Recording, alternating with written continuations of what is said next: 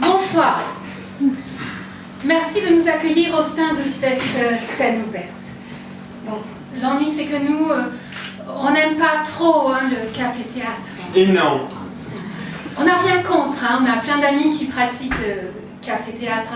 C'est juste que nous, on préfère les choses un peu plus sérieuses. Et oui, du vrai théâtre quoi. C'est pourquoi ce soir, nous allons vous interpréter une pièce classique de notre beau répertoire français. C'est parti, mon kiki. Une pièce qui, vous le verrez, à travers le récit de deux amours contrariés par des intérêts plus grands que eux, est quelque part une métaphore sur la déliquescence du marxisme. Mais bon, assez présenté, tout de suite, place au théâtre, n'est-ce pas? Ah, Céline, non. Ah, bonne nourrice. Il y a le temps auprès de moi que je m'épanche contre ton sein, car mon cœur est au désespoir. Vertuchu, madame, pourquoi tu s'écries? Ah, ma bonne Céline, non. J'aime. Je me consume d'amour pour Sylvandre, ce jeune homme si bien fait qui passa tantôt sous mon balcon. Ciel! Et qu'en pense donc votre père, monsieur Céliâtre? C'est que je n'ai pas encore avisé de mes sentiments, car je ne fis la connaissance du seigneur Sylvandre. Il n'y a pas 5 minutes de cela. Ah, Céline, non. Si je n'obtiens pas son assentiment, je ne saurais jusqu'à quelle extrémité cela pourrait me mener. Oh, doucement! Oh, viens! Ah, Guillemette, enfin je vous rencontre. Ah, Sylvain. Oh, Guillemette, depuis ce jour funeste, il y a 5 minutes où je passais sous votre balcon, ma vie n'a plus de sens. Oh, j'ai perdu le sommeil. Ah, un mot de vous, un seul, Guillemette, et je mettrai ma destinée entre vos mains. Car, Guillemette, je vous aime. Oh, il m'aime. Ah, Sylvain, je vous aime aussi. Marions-nous. Sacre bleu, on vient! Pourrez-vous cacher, monsieur Sylvandre? Je vais aller voir qui c'est. Oh. Guillemette, ma fille, j'ai à vous parler. Ciel, mon père. Mon enfant, vous voilà devenue femme. Aussi, j'ai résolu de vous trouver un mari. Aussi, je vous ai promis à mon ami intime, le seigneur Silvino, qui sera là dans 5 minutes afin de convoler avec vous. Mais, mon Pour père... le bavardage, ma décision j'ai prise. Allez donc dans votre chambre, vous équipez de quelques toilettes adaptées aux circonstances.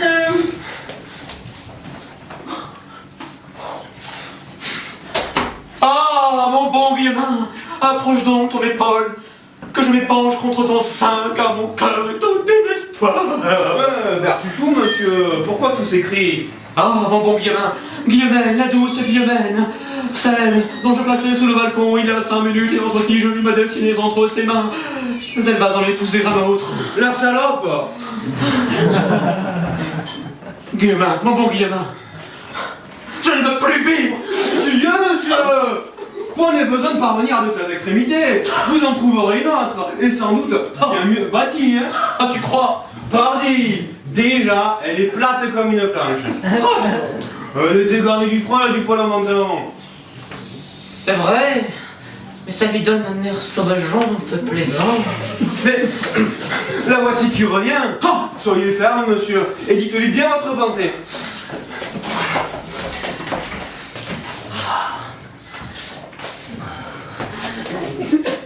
Ah, traîtresse, je vous trouve ici. Ah, je ne vous laisserai pas me quitter de la sorte, et je mets un terme moi-même à cette odieuse liaison. Oh, le fourbe. Eh bien, rompez donc, misérable gras, je n'en ai qu'un. Hein. Ah, plutôt mourir que d'être ainsi trompé. Et moi, plutôt mourir que d'être ainsi abandonné. Ah oui. Mais c'est donc que c'est Frodel, hein? Et vous aimez-vous aimez-vous donc pas à la fin? monsieur, vous apprendrez que c'est le papa de madame qui a décidé de la parier contre son gré à un seigneur de noble lignée à la bourse bien joufflue. C'est embêtant. Je n'ai jamais connu les parents, comment pourrais-je rivaliser avec lui? Ne perdez pas espoir, mon amour. Votre mine bien faite ne saurait mentir. Et cela ne fait aucun doute que vous êtes, vous aussi, de nobles extractions. Oui, vous avez raison. Vous avez raison. Si ça se trouve, j'ai été enlevé à ma naissance par des bohémiens, et ainsi je n'ai jamais su ma véritable origine, et vous savez quoi? Je vais immédiatement me renseigner sur le sujet. Enfin, je vais demander à mon valet de le faire, parce que je suis un peu crevé, quoi. Mon amour, un baiser pour donner du courage. C'est lui non, enfin. Ouais, je ne sais si je dois être complice de cela, hein.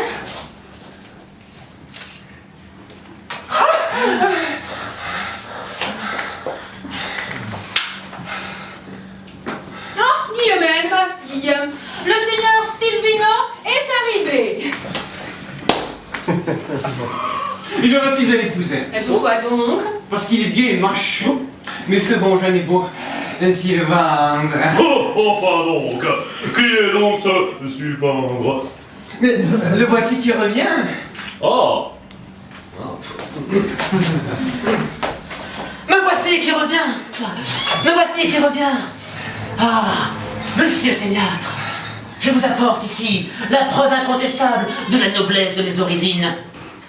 Cette salière qui fut retrouvée dans mes lances d'enfant et dont la finition parfaite et le raffinement irréprochable témoignent sans contestation possible de la noblesse de mes origines. Oh, quelle révélation inattendue! Seigneur Silvino, vous ne dites rien? mais c'est incroyable! Cette salière ressemble à s'y méprendre à mon poivrier. Mon poivrier ancestral, depuis 10 générations dans la famille, et qui me fut dérobé, voilà des années, par des bohémiens, en même temps que ne le fut mon fils et unique héritier. Sylvandre, je suis ton... Oh non! Si, dans mes bras, mon fils. Papa! Je me disais bien qu'il y avait comme un air de ressemblance. Eh bien, ma fille, je ne vois plus de raison de m'opposer à cette union. Ciel, il ne me reste plus que 2 minutes pour trouver une robe. Ah oui, c'est mignon. Bien le bonjour, monsieur Céliâtre. Vous n'auriez pas vu mon maître? Et puis là! Binjou, quelle vision pittoresque! C'est que, mon bon Guillaume, tu as sous les yeux un fils heureux de retrouver son père et qui aura bientôt l'honneur de devenir mon gendre. Je n'y comprends goutte, hein. Mais puisqu'apparemment tout est bien, qui finit bien, qu'il y a encore un peu de temps à meubler avant la fin de la pièce, j'en profiterai bien pour vous demander la main de cette jolie personne qui vous sert de nourrice. Et pourquoi pas, hein? Après tout, je n'en ai plus besoin. Céline! J'arrive, j'arrive.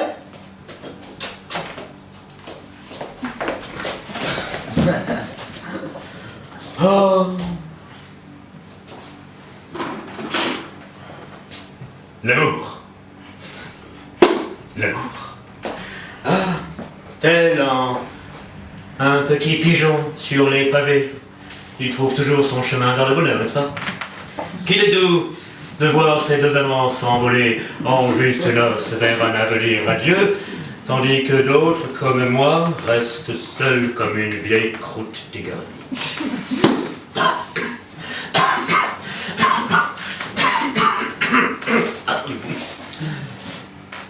Nous espérons que vous y appréciâtes, comme nous, ce moment de théâtre culturel. Longue vie au théâtre français!